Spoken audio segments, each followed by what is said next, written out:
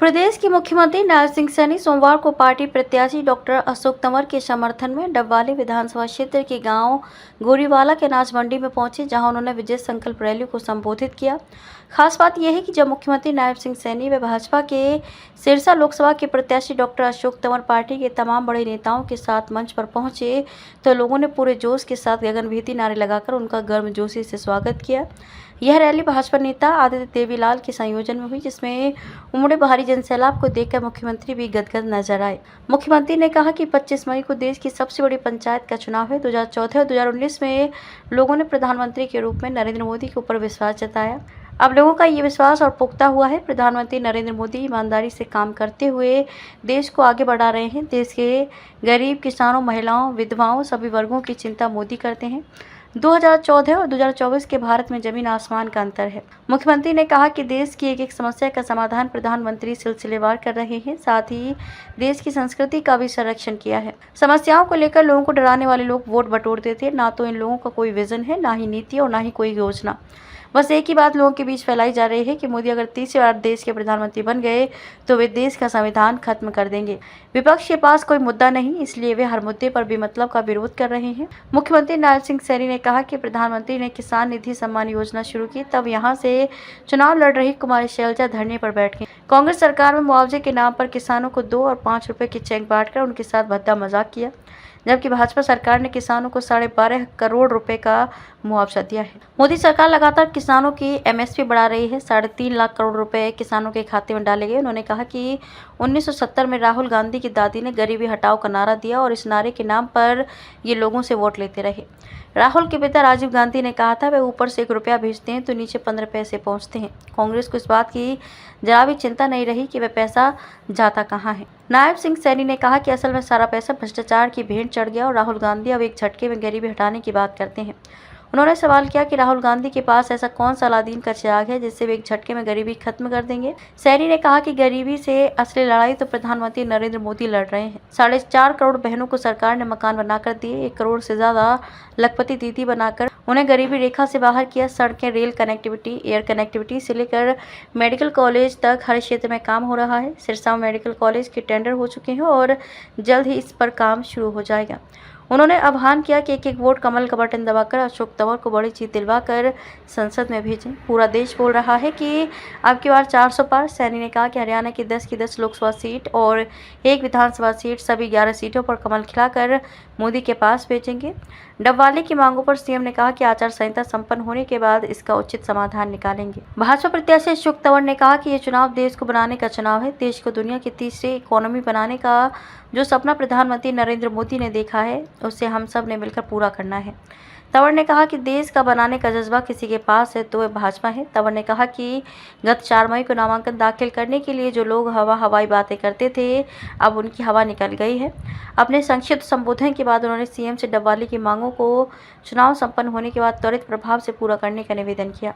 मुझे खुशी है, मैं जब देखता हूँ, चाहे केदार बाबा के जीर्णोद्धार की बात हो, चाहे काशी विश्वनाथ के जीर्णोद्धार की बात हो, चाहे हेमकुंड साहिब के जीर्णोद्धार की बात हो, चाहे भाइयों कुरुक्षेत्र के अंदर हमारे भगवान श्री कृष्ण के जहाँ ज्योति सर्प गीता का संदेश दिया उसके जीर्णोद्धार की बात हो, चाहे सोमनाथ के मंदिर की जीर्णोद्धार की बात हो। और भाइयों जब हम देखते हैं जहाँ गुरु नानक देव जी का प्रकाश पर्व हुआ, सीधा पाकिस्तान के अंदर वो स्थान है और किसी से अपेक्षा नहीं कर सकते।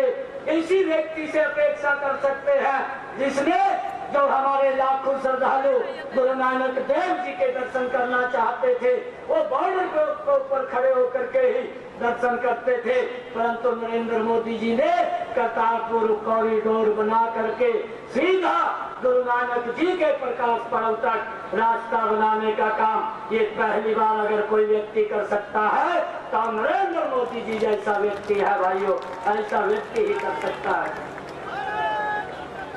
भाइयों हमें समझना है कि कौन सी सरकार काम करने वाली है, कौन सी सरकार बात करने वाली है। भाइयों चाहे किसान के हित में फैसले की बात हो, नरेंद्र मोदी की सरकार ने कड़ाई से मजबूती से किसानों की मजबूती के लिए फैसले लिए हैं, चाहे महिलाओं के सशक्तिकरण की बात हो, महिलाओं की सशक्तिकरण के लिए नरेंद्र मोदी जी ने कड़ाई से फैसला लिया है। कांग्रेस की सरकार लंबे समय से महिलाओं के और संरक्षण के बिल को रोक करके बैठी थी, परंतु नरेंद्र मोदी जी ने नारी शक्ति वंदन बिल ला करके उन माताओं बहनों को सम्मान देने का काम भी इन्हीं 10 वर्षों के अंदर किया है। भाई हमारे देश के नौजवान भाइयों आर्मी के अंदर भारी संख्या के अंदर है। हमारे प्रदेश के नौजवान 1 रैंक 1 पेंशन देने का काम भी अगर किसी ने किया है तो नरेंद्र मोदी जी ने उनको सम्मान देने का काम किया है। भाइयों इन्होंने तो समस्या बना करके लोगों को डराने का काम किया है। जब आज हर वर्ग के लिए काम हो रहा है, इनके पास मुद्दा नहीं है। हर मुद्दे का जो भी योजना नरेंद्र मोदी जी लेकर के आए हैं उसका विरोध कांग्रेस ने किया है। भाइयों आज सरकार आप 2014 के अंदर भी देखिए, आज 2024 के अंदर देखिए, आज चाहे देश के अंदर रेलवे कनेक्टिविटी की बात करिए, चाहे एयर कनेक्टिविटी की बात करिए और चाहे भाइयों मेडिकल कॉलेज बनाने की बात करिए, मेरे सिरसा के अंदर भी इन्हीं 10 वर्षों के अंदर डबल इंजन सरकार ने सरसाई नाथ मेडिकल कॉलेज भाइयों उसका भी यहाँ पर टेंडर हो चुका है, उसका बजट आ चुका है और जल्दी ही मेरे सिरसा के लोगों को समर्पित हो जाएगा। ये काम अगर कोई सरकार कर रही है, ये डबल इंजन की सरकार नरेंद्र मोदी जी के नेतृत्व में कर रही है। भाइयों आप लोगों से हम अपील करना चाहते हैं कि नरेंद्र मोदी जी ने पिछले 10 वर्षों में ये भारत सुरक्षित भारत, ये मजबूत भारत देने का काम किया है।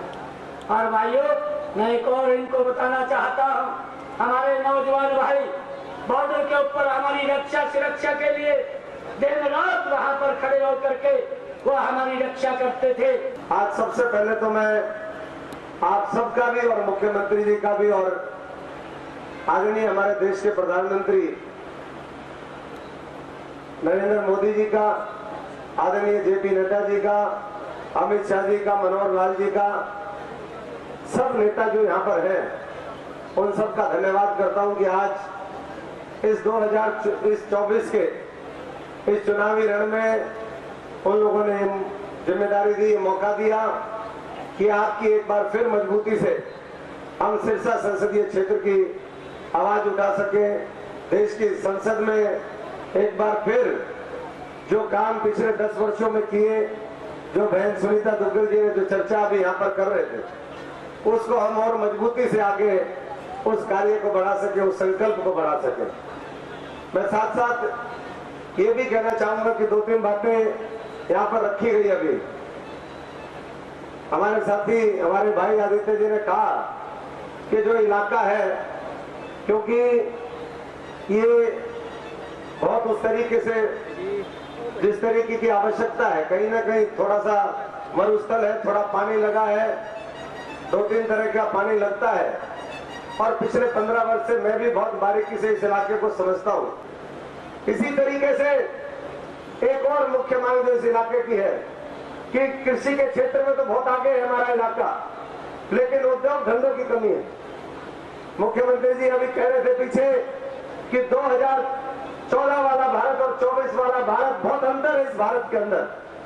तो मैं तो इतना ही सब लोगों से कह सकता हूं कि आप सबके आशीर्वाद से जब 25 तारीख को वोट पड़े तो बहुत मजबूत हिस्सेदारी सिरसा के लोग सुनिश्चित करें। मोदी जी को 400 पार के साथ 4 जून को हमारी 10 की 10 लोकसभा सीटें और विधानसभा में हमारे बड़े भाई और इस प्रदेश के मुख्यमंत्री जो बाई इलेक्शन लड़ रहे हैं वो मजबूत हिस्सेदारी के साथ आप सुनिश्चित कर दीजिए। जो उद्योग धंधों की कमी है, क्योंकि यहाँ पर आज फूड प्रोसेसिंग इंडस्ट्री की जरूरत है, आज यहाँ पर एग्रोबेस इंडस्ट्री की जरूरत है, आज यहाँ पर जो हम नरमा पैदा करते हैं, जैसे हमने कहा कि पूरे देश का 5% नरमा और हरियाणा का 50% नरमा यहाँ पर पैदा होता है।